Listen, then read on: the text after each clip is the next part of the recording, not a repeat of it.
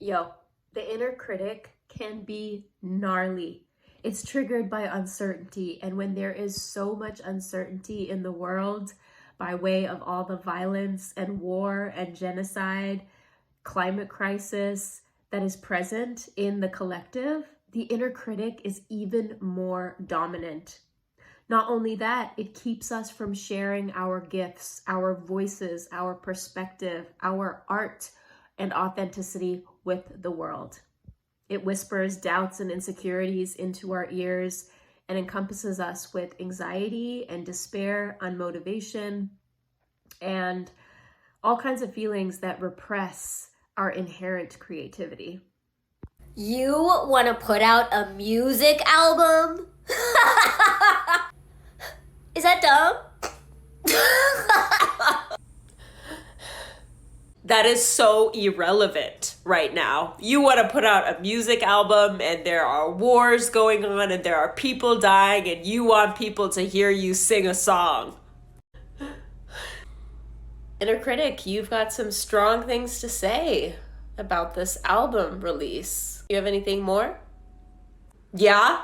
Ain't nobody asked you to release an album. Who asked you?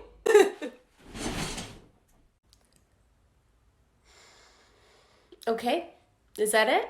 Anything else you want to say? No, I think my job here is complete.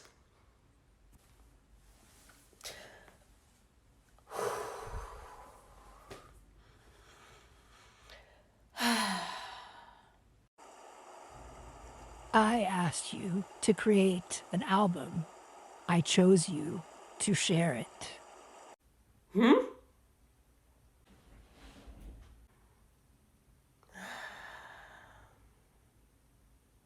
That example was inspired by my client, Feroza, who is in the process of putting out an album of beautiful, healing music that regulates the nervous system because she has been able to transcend what the inner critic is telling her.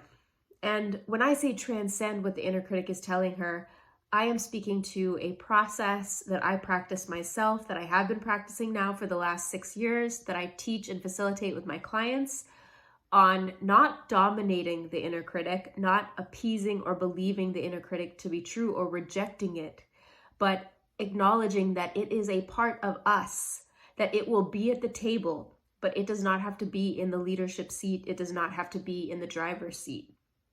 And so when we are listening to the inner critic and believing it to be true, those feelings of despair and unmotivation and inadequacy can be so overpowering. Though when we are able to consent to the inner critic, hear it out without reacting to it, and be in practice with being inclusive with it without being dominated by it, there is so much power that comes from it, from that self-integration and the self-trust. You are not good enough to do what you say you want to do. Do you even know what you want to do? Do you even know what it takes? Well, you don't have what it takes, okay? You say you want that, but you don't really know because you're not good enough for it. You're right. I don't have what it takes. I'm not good enough for this shit. Okay, well, that clearly hurts, but I hear you. And I consent to you. What else do you have to say? You suck. They don't want to fuck with you because you suck. You're not good at what you do. You are wasting your time. You're a waste of time. And frankly, you don't belong here. Anything else? Okay.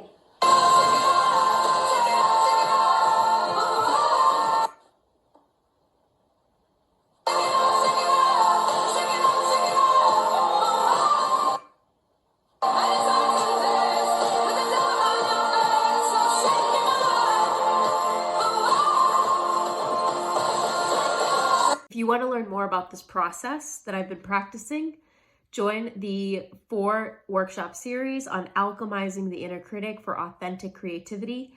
We start on January 22nd, 2004.